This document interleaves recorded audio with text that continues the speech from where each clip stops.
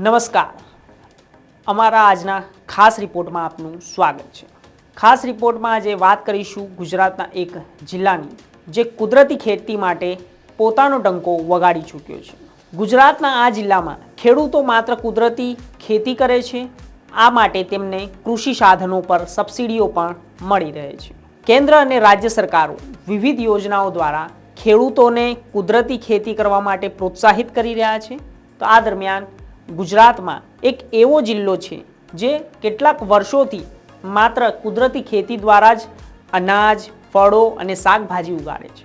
ડાંગરની રમણીય જંગલ અને ડાંગના રમણીય જંગલ વિસ્તાર કુદરતી ખેતી માટે જાણીતો છે। 2021માં આપનું ડાંગ નેચરલ ડાંગ અભિયાન હેઠળ ગુજરાતમાં ડાંગને સંપૂર્ણ કુદરતી ખેતી જિલ્લો જાહેર કરવામાં આવ્યો હતો। સરકારી સહાય અને તાલીમ મેળવ્યા બાદ અહીંના ખેડૂતોએ કુદરતી ખેતી અપનાવી છે, જેના કારણે તેમની આજીવિકામાં મોટો ફેરફાર અને સુધારો જોવા મળ્યો છે। ડાંગના સફળ ખેડૂતોના અંદર ભૂરા પાણી ગામના ખેડૂત યશવંતભાઈ સહારેનો પણ સમાવેશ થાય છે।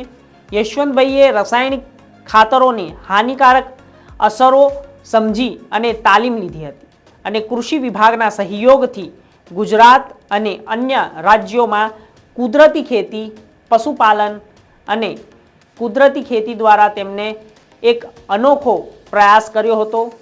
ખાતરોના ઉત્પાદનની જટિલતાઓ વિશે તેમને જાણ્યું। યશવંતભાઈએ તેમના ખેતરોમાં ચોખા, રાગી અથવા તો બાજરી, જેકફ્રૂટ મળીને તેમને એક અનોખા પાકોનું ઉત્પાદન કર્યું, જેવા પાકો તેમને ઉગાડ્યા અને યશવંતભાઈ ખેતીવાડી વિભાગ દ્વારા આયોજિત નિયમિત શિબિરોમાં જિલ્લાના ખેડૂતોને તાલીમ પણ આપે છે।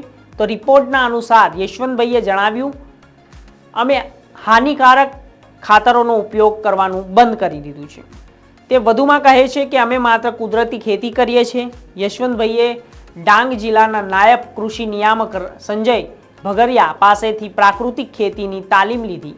આ માસ્ટર ટ્રેનર્સ વિવિધ તાલીમ કાર્યક્રમો દ્વારા કુદરતી ખેતી વિશેના તેમના જ્ઞાનમાં વધારો કરે છે અને આ કારણે અન્ય ખેડૂતો પણ નવી ટેકનોલોજીને લાભદાયી યોજનાઓ વિશે અપડેટ મેળવતા રહે છે। વર્ષ 2023-24માં અહીં 423 ક્લસ્ટર આધારિત તાલીમ કાર્યક્રમો યોજવામાં આવ્યા, જેમાં લગભગ 16,000થી વધુ ખેડૂતોને તાલીમ આપવામાં આવી।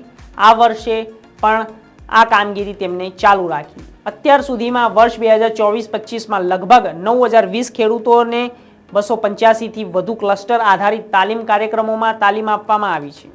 ડાંગના ખેડૂતો કૃષિ યાંત્રિકીકરણ યોજનાનો લાભ લઈ રહ્યા છે।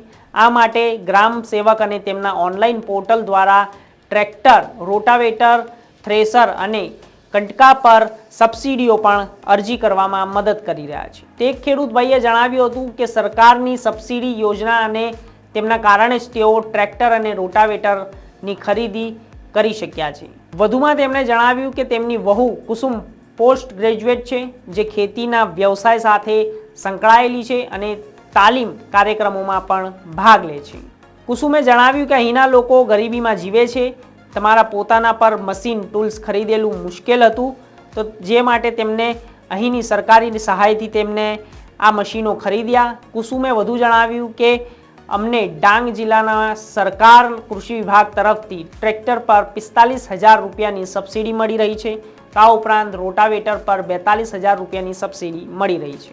તમને જણાવી દઈએ કે આ જિલ્લો પ્રાકૃતિક ખેતીમાં સૌથી આગળ રહ્યો છે અને તેથી તે સમગ્ર દેશના અન્ય વિસ્તારો માટે એક મોડલ તરીકે પણ કામ કરે છે। તો આ હતું ગુજરાતનો એકમાત્ર જિલ્લો જ્યાં ખેડૂતો કુદરતી ખેતી કરીને આજે પણ પોતાનો ધંધો કરી રહ્યા છે, ખેતીમાં પોતાનો નફો કમાવી રહ્યા છે અને આજે આ સ્થાને તે લોકો પહોંચી ગયા છે। તો આજના ખાસ રિપોર્ટમાં બસ આટલું જ। દેશ, દુનિયા અને એગ્રીકલ્ચર ન્યૂઝ માટે જોતા રહો કૃષિ જાગરણ। નમસ્કાર।